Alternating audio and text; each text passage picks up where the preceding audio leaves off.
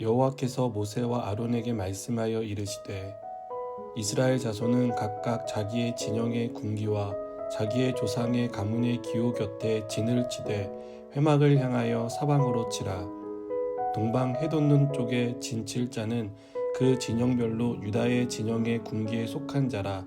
유다 자손의 지휘관은 암미나답의 아들 나손이요 그의 군대로 계수된 자가 74,600명이며 그 곁에 진칠 자는 이사갈 지파라.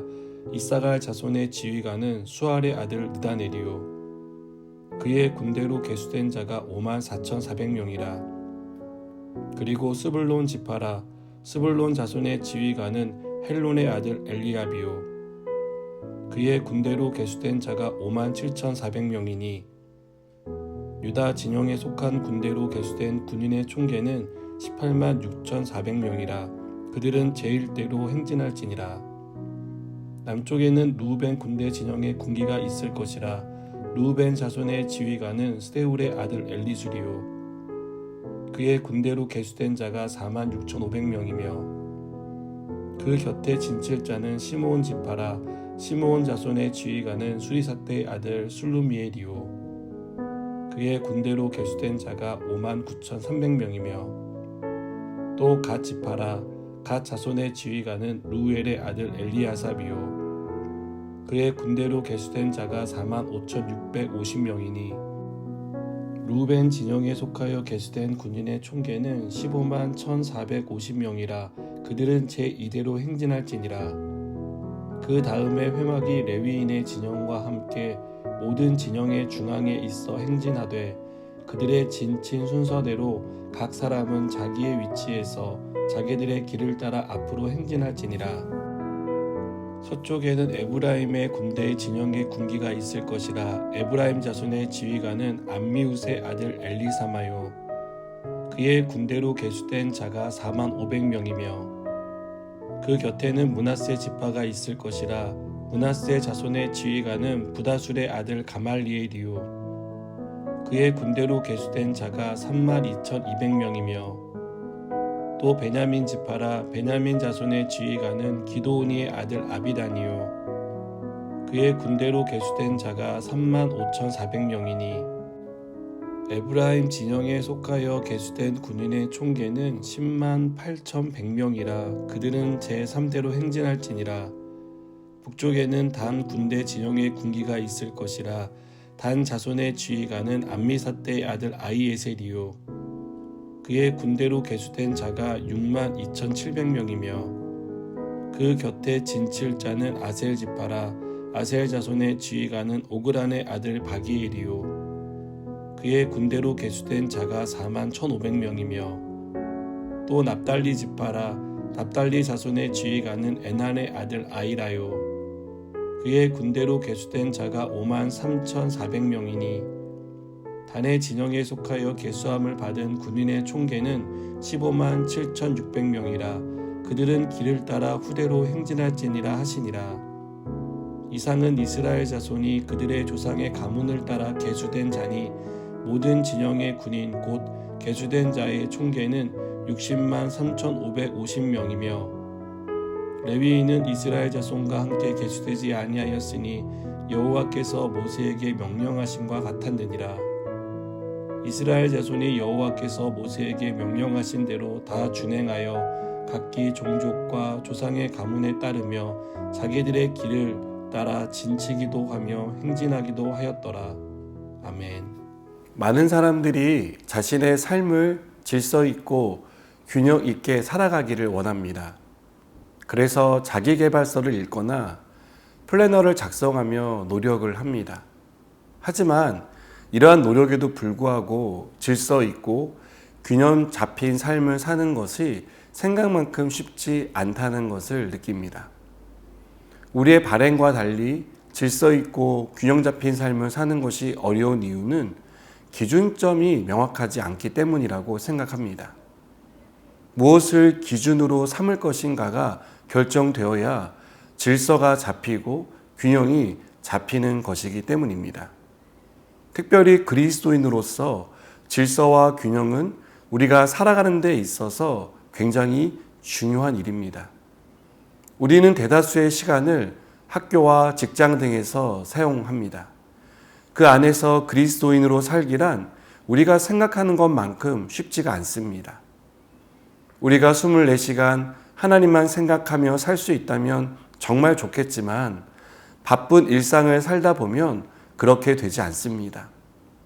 일에 쫓기고 사람과의 만남에서 에너지를 소모하고 이른 아침이나 늦은 저녁이 되어서 성경을 읽거나 기도할 짬이 나기 때문입니다. 오늘 본문은 우리가 어떻게 하면 그리스도인으로서 질서 있고 균형 잡힌 삶을 살 수 있는지를 가르쳐 주고 있다고 생각합니다. 하나님의 궤를 모신 회막은 이스라엘 진영 중앙에 있었습니다. 이스라엘 12지파는 세 지파씩 조를 이루어 진을 중심으로 동서남북에 포진되었습니다. 먼저 동쪽에는 유다 지파, 이사갈 지파, 스불론 지파가 있었습니다. 남쪽은 루벤 지파, 시므온 지파, 갓 지파가 있었습니다. 서쪽은 에브라임 지파, 므낫세 지파, 베냐민 지파가 있었습니다. 북쪽은 단 지파, 아셀 지파, 납달리 지파가 있었습니다. 구름이 한 곳에 머물면 각 지파는 회막을 중심에 두고 동서남북으로 진을 쳤고, 구름이 떠오를 때면 행진을 하며 유다 지파, 이사갈 지파, 스불론 지파를 필두로 질서 있게 움직였습니다. 여성과 아이들까지 약 200만 명이 넘는 인원이 이동하는 일은 결코 쉬운 일이 아니었을 겁니다. 질서가 지켜지지 않는다면 큰 인명사고가 날 수도 있었습니다. 하나님은 회막을 중심으로 누가 먼저 움직여야 하고 누가 제일 마지막에 움직여야 하는지 순서를 정해 주셨고, 백성들은 이 순서에 따라 이동함으로 무질서로 인한 인명피해를 입지 않을 수 있었습니다. 이스라엘 12지파를 세 지파씩 조를 이루어 진을 편성한 것은 군사적인 이유 때문이었습니다. 그러나 이 군사적인 이유도 회막을 중심으로 한, 그러니까 하나님을 중심으로 한 삶을 기초로 두고 있습니다. 회막이 이스라엘 백성의 삶의 중심이 되었던 겁니다. 이스라엘 백성이 질서와 균형을 잡기 위해서는 하나님을 중심으로 움직이고 하나님을 중심에 두고 머무는 것이 핵심이었습니다.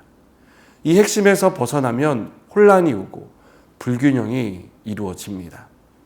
이것은 가나안에 들어가 살게 된 이스라엘 백성의 삶의 불균형을 통해 확인할 수 있습니다. 우리의 삶도 마찬가지라고 생각합니다. 하나님을 중심으로 한 삶에서 벗어나면 우리가 질서 있고 균형 잡힌 삶을 살고 싶어도 실패할 수밖에 없습니다. 하나님이 우리 삶의 중심이며 기준이시기 때문입니다. 우리가 직장에서 일하는 것을 회막의 이동으로 비유할 수 있습니다. 우리는 삶을 유지하기 위해 직장에서 부지런히 살아갑니다. 그러나 이 삶의 중심에 하나님이 계셔야 합니다. 그래야 일에 최선을 다하고 충실하게 임할 수 있습니다. 가정에서 쉬는 것을 회막이 머무는 것에 비유할 수 있습니다. 가정에서 머무는 순간에 육체의 피로와 정신적인 피로를 풀 수 있는 방법은 무조건 쉬는 것이 아니라 하나님과 함께하는 쉼을 가질 때 풀리는 줄 믿습니다. 우리의 삶을 들여다보면 많은 부분에서 하나님이 한켠으로 밀려나 있다는 생각을 지울 수 없습니다. 하나님을 중심으로 살아야 한다는 것을 알지만 우리의 삶의 중심은 우리가 해야 할 일과 우리의 고민, 걱정이 자리하고 있습니다. 하나님은 우리가 하나님을 중심으로 살아가기를 바라십니다. 하나님은 이스라엘 진 중앙에 회막을 두심으로 이스라엘 백성이 하나님을 바라보게 하셨습니다. 그래야 이스라엘 백성이 삶의 질서를 찾고 균형 잡힌 삶을 살 수 있기 때문입니다. 하나님은 우리 삶의 변두리가 아닌 중심에 계시기를 바라십니다. 그래서 우리가 질서 있고 균형 잡힌 삶을 살기를 바라십니다. 여러분, 우리가 하나님을 중심에 두고 살려면 어떻게 해야 할까요? 우리 삶에 말씀과 기도가 있어야 합니다. 우리는 말씀과 기도를 통해 하나님을 생각하게 되고 하나님의 뜻을 깨달을 수 있습니다. 항상 하나님이 우리 삶의 중심에 계시도록 말씀과 기도로 살아가는 저와 여러분 되기를 바랍니다. 기도하시겠습니다. 하나님, 우리의 삶의 중심에 오직 주님이 계시기를 원합니다. 주님의 말씀, 또한 주님께 기도하는 그 삶을 통해 주님이 우리의 중심 가운데 계시며 또 그렇게 살아갈 수 있도록 은혜 베풀어 주시옵소서. 예수님의 이름으로 기도드립니다. 아멘.